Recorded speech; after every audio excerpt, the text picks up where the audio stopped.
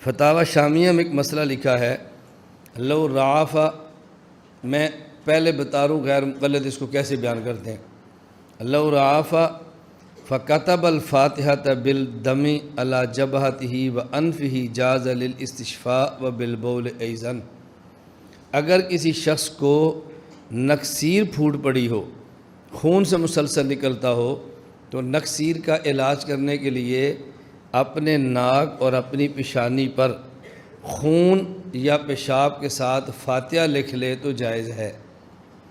غیر مقلد کہتے ہیں کہ حنفیہ کی فقہ کی معتبر اور مستند ترین کتاب یہ فتاوی شامیہ ہے۔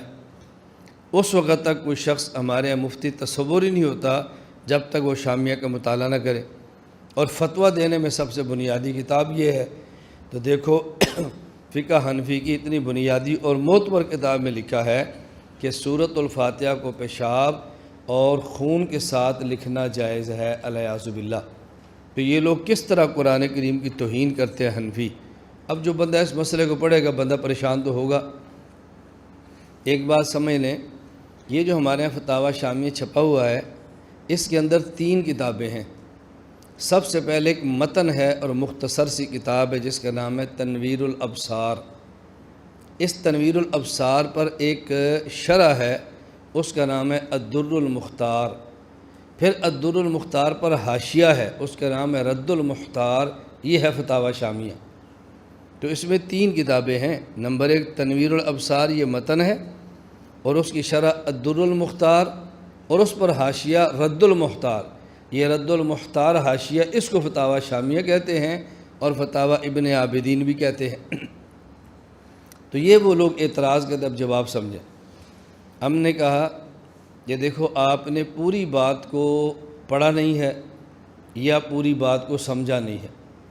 آدھی بات پڑھتے ہیں یا آدھی بات سمجھتے ہیں، اس لیے مسئلے کا رخ بالکل غلط ہو جاتا ہے۔ ہمارے احناف کے ہاں قرآن کریم کو بغیر وضو کے ہاتھ لگانا جائز نہیں ہے۔ تو جن کے ہاں بغیر وضو کے قرآن کو ہاتھ لگانا جائز نہ ہو، ان کے ہاں قرآن کریم کو پیشاب سے لکھنا جائز کیسے ہوگا؟ جن کے ہاں بغیر وضو کے قرآن کریم کو ہاتھ لگانا جائز نہ ہو، ان کے ہاں قرآن کریم کو خون کے ساتھ لکھنا کیسے جائز ہوگا؟ بدائع الصنائع میں اور الدر المختار میں یہ مسئلہ موجود ہے۔ لا يجوز لمحدث اداء الصلاۃ لفقد شرط جوازها وهو الوضوء ولا مس مصحف من غیر خلاف عندنا۔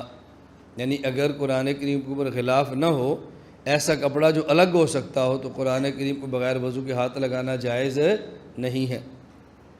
تو جن کے یہ جائز نہیں ہے، ان کے ہاں فاتحہ کو قرآن کریم کو پیشاب یا خون کے ساتھ لکھنا جائز کیسی ہوگا؟ اصل مسئلہ ہمارے ہاں کیا ہے؟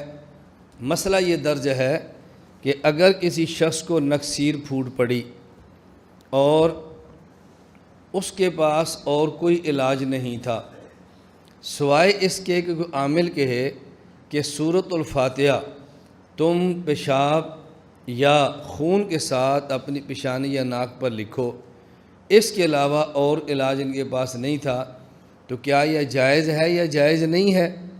اب پوری بات یہ لکھی ہے۔ اچھا، ایک اس سے پہلے بات سمجھ لیں۔ اصل مسئلہ یہ ہے کہ حرام چیز کے ساتھ علاج کرنا جائز ہے یا نہیں۔ الدر المختار میں ہے، اور رد المختار میں واختلف فی التداوی بالمحرم، کہ حرام چیز کے ساتھ علاج کرنا جائز ہے یا جائز نہیں۔ اس میں ہمارے یہ مسئلہ بڑی وضاحت کے ساتھ لکھا ہوا ہے کہ ظاہر المذہب المنع الدر المختار، کہ حرام کے ساتھ علاج کرنا جائز ہے یا جائز نہیں۔ ہمارا ظاہر المذہب اور ہمارا فتویٰ اس پر ہے کہ حرام کے ساتھ علاج کرنا جائز نہیں۔ اب اس کے تحت یہ مسئلہ چلا ہے کہ اپنی پیشانی اور ناک پر پیشاب یا خون کے ساتھ سورۃ الفاتحہ لکھنا جائز ہے یا جائز نہیں۔ اب مسئلہ کیا بیان کیا ہے، پہلے پوری عبارت سن لیں تو بات سمجھنی بہت آسان ہو۔ عبارت یہ ہے، لو عنفا، اگر کسی کو نکسیر آ گئی، فَكَتَبَ الْفَاتِحَةَ بِالدَّمِ عَلَى جَبْهَتِهِ وَأَنْفِهِ جَازَ لِلْاِسْتِشْفَاءِ وَبِالْبَوْلِ أَيْضًا، اور اس شخص نے اپنی پیشانی یا اپنے ناک پر سورۃ الفاتحہ خون یا پیشاب کے ساتھ لکھی تو یہ جائز ہے شفا حاصل کرنے کے لیے، لیکن شرط کیا ہے؟ ان عالم فیہ شفاء لا باس بہ، اگر پورا یقین ہو کہ یہ لکھنے سے مجھے شفا مل جائے گی تو پھر کوئی حرج نہیں ہے۔ لیکن لم ینقل، یہ لیکن لم ینقل کا معنی کیا ہے؟ اس عبارت کو سمجھیں، کس چیز سے شفا ملتی ہے؟ پیشاب کے ساتھ سورۃ فاتحہ لکھیں، اس سے شفا ملتی ہے کہ نہیں؟ یا تو یہ معلوم ہوگا عقل کے ذریعے، عقل بتائے کہ فاتحہ پیشاب سے لکھے تو شفا مل جاتی ہے، عقل اس کا فیصلہ نہیں کرتی، یا اس کا پتہ چلے گا طب کے ذریعے کہ طب بتائے گی حکمت کے سے شفا ملتی ہے کہ نہیں۔ یہ حکمت کا موضوع ہی نہیں ہے، حکمت دواؤں کے اثرات سے بات کرتی ہے اور حکمت میں عملیات سے بحث نہیں ہوتی۔ اب شفا ہے یا نہیں یہ معلوم ہوگا قرآن کریم یا حدیث پاک سے، اور کہیں قرآن کریم اور حدیث پاک میں نہیں ہے کہ سورۃ الفاتحہ کو پیشاب یا خون کے ساتھ لکھو تو شفا مل جاتی ہے۔ اب سورۃ الفاتحہ کو پیشاب یا خون کے ساتھ لکھیں تو لکھنا جائز ہے کب؟ جب یہ معلوم ہو کہ اس طرح کرنے سے شفا مل جاتی ہے، اور معلوم ہوگا عقل سے، عقل سے بھی معلوم نہیں ہو رہا، یا معلوم ہوگا طب حکمت سے، طب حکمت کا موضوع نہیں ہے، یا معلوم ہوگا قرآن اور حدیث سے، اور قرآن کریم میں ایسی کوئی آیت نہیں جس میں یہ لکھا ہو کہ اس سے شفا مل جاتی ہے، احادیث میں کوئی حدیث بھی نہیں کہ جس سے معلوم ہو کہ اس سے شفا مل جاتی ہے، تو اس کا مطلب یہ ہے کہ جائز تب تھا کہ جب معلوم ہو شفا مل جاتی ہے، اور اس سے شفا کا ملنا معلوم نہیں، جب معلوم نہیں تو اس کو لکھنا بھی جائز نہیں ہے۔ لفظ استعمال کیا ہے ان عالم فیہ شفاء لا باس بہ لیکن لم ینقل، اگر اس سے شفا کا علم ہو جائے تو جائز، لا باس بھی کوئی حرج نہیں ہے، لیکن لم ینقل یہ نہیں فرمایا لیکن لم یعلم، لیکن ان سے شفا کا ملنا معلوم نہیں ہے، فرمایا اس سے شفا کا ملنا منقول نہیں ہے۔ کیوں؟ معلوم ہونا تھا عقل سے، وہ ہو نہیں سکتا، طب سے ہو نہیں سکتا، تو باقی رہ گی نا شریعت، تو جو بات شریعت میں ہو نا اسے کہتے ہیں کہ یہ بات منقول ہے، یہ منقولات میں سے ہے، قرآن کریم میں ہے، یہ حدیث پاک میں ہے۔ تو لیکن لم ینقل کا معنی یہ ہے کہ اس کے معلوم ہونے کا ایک ہی ذریعہ تھا کہ یا قرآن میں ہوتا یا حدیث میں، اور قرآن و حدیث میں کہیں بھی منقول نہیں ہے کہ فاتحہ پیشاب سے لکھے تو شفا مل جاتی ہے۔ تو لیکن لم ینقل جب منقول نہیں ہے اس کا معنی کہ معلوم بھی نہیں ہے۔ جائز تو تب تھا جب شفا کا علم ہوتا، تو جب شفا کا علم نہیں ہے تو فاتحہ کو خون کے ساتھ لکھنا جائز بھی نہیں۔ تو شامیہ میں دلیل دی جا رہی ہے اس کے جائز نہ ہونے پر، اور یہ بدبخت کہہ رہے ہیں کہ شامیہ میں لکھا ہے کہ جائز ہے، شامیہ میں لکھا ہے کہ جائز ہے۔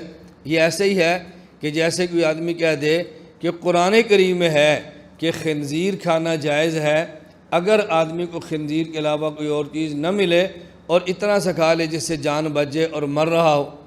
اب کوئی بندہ کہے جی قرآن میں لکھا ہے خنزیر کھانا جائز ہے، بھئی خنزیر کھانا جائز ہے، اس کے لیے دو شرطیں لکھی تھی، غیر باغ ولا عاد، نمبر ایک اس کے علاوہ بچنے کی صورت کوئی نہ ہو، نمبر دو اتنا کھائے جتنی ضرورت ہو۔